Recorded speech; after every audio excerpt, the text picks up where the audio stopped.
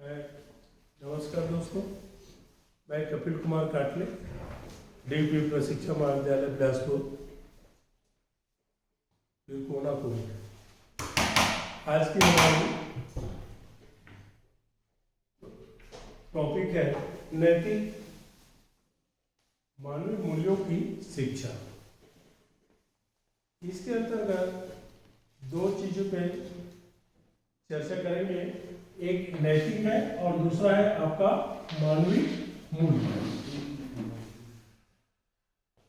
कि मूल्यों की शिक्षा की आवश्यकता, मूल्यों की जो है शिक्षा में आवश्यकता कैसे है, जिसके अंतर्गत राष्ट्रीय शिक्षा नीति 1986 के अनुसार में माननीय मूल्यों का ह्रास हो रहा है, जो वर्तमान परिवेश में बहुत बड़ी चिंता का विषय है, जिसके अंतर्गत शिक्षा क्रम को परिवर्तित करना नितांत आवश्यक है, जिसे अपनी हम नैतिक और मूल्यों की आवश्यकता की प्राप्ति कर सकते हैं।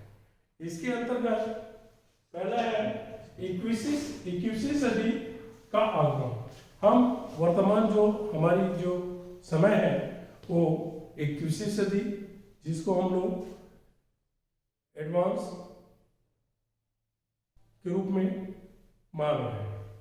वो इसलिए क्योंकि शिक्षा जगत में एक बहुत बड़ी क्रांति पैदा हो चुकी है, जो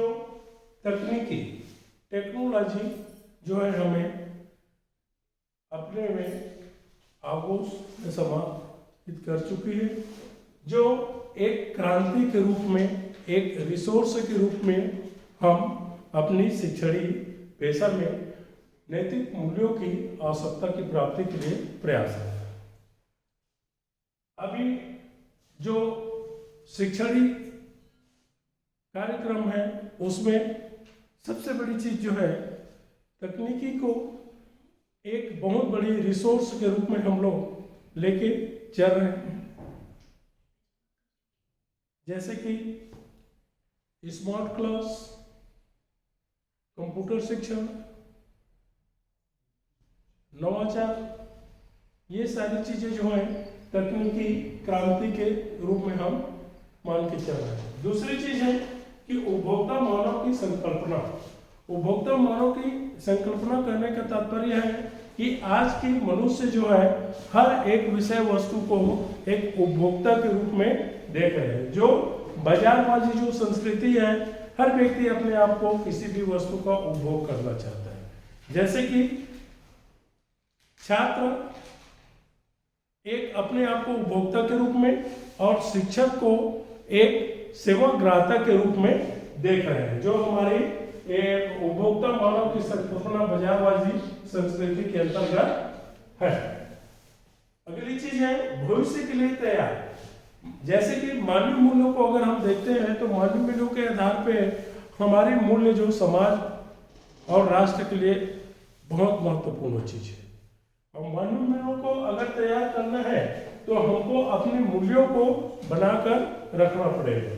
अगली चीज है अनैतिक कार्यों का विरोध। ये जो अनैतिक, जैसे कि समाज में विभिन्न प्रकार की जो गतिविधि चल रही है, धार्मिक विरोध की भावना, आपस में द्वंद्व की भावना, एक दूसरे को ऊंच नीच की भावना से हम लोग एक दूसरे के ऊपर दोषारोपण कर रहे हैं, ये अनैतिक कार्यों का विरोध हमको जब भी हम कर सकते हैं जब हमारे अंदर नैतिक मूल्यों का विकास होगा, तभी हम अनैतिक कार्यों का विरोध कर सकते हैं। आगे है जीवन शैली के लिए उन्नयन का आधार। अब देखिए, जीवन जीने के लिए एक शैली, एक कला की आवश्यकता होती है। उसके लिए क्या है कि हम एक उन्नत किस्म के आदर्शों का पालन करना पड़ेगा, जो एक नैतिक गुण उसमें होना चाहिए, नैतिक मूल्य उसमें होना चाहिए, तभी हम क्या कर सकते हैं, अपनी जीवन शैली में बदलाव कर सकते हैं, जो हमको एक उन्नयन और आदर्शों के रूप में हम विद्यालय और छात्रों और समाज के अंदर हम अपनी मूल्य स्थापित कर सकते हैं। अगली चीज है असुरक्षा की बढ़ती भावना। आज की सामाजिक परिवेश में या स्कूली परिवेश में हर बच्चे जो है अपने आप को असुरक्षा महसूस कर रहा है। इसके लिए हम एक शिक्षा की जो व्यवस्था है उसके अंतर्गत कि बच्चों में एक सद्भावना विकसित करना है, जिससे उनमें नैतिक विकास होगी, एक जिम्मेदारी आएगी, एक मूल्य विकसित होगी और वो अपने आप को असुरक्षित महसूस करने से बच सकते हैं। ठीक है, आगे है कि समाज से सरोकारिता।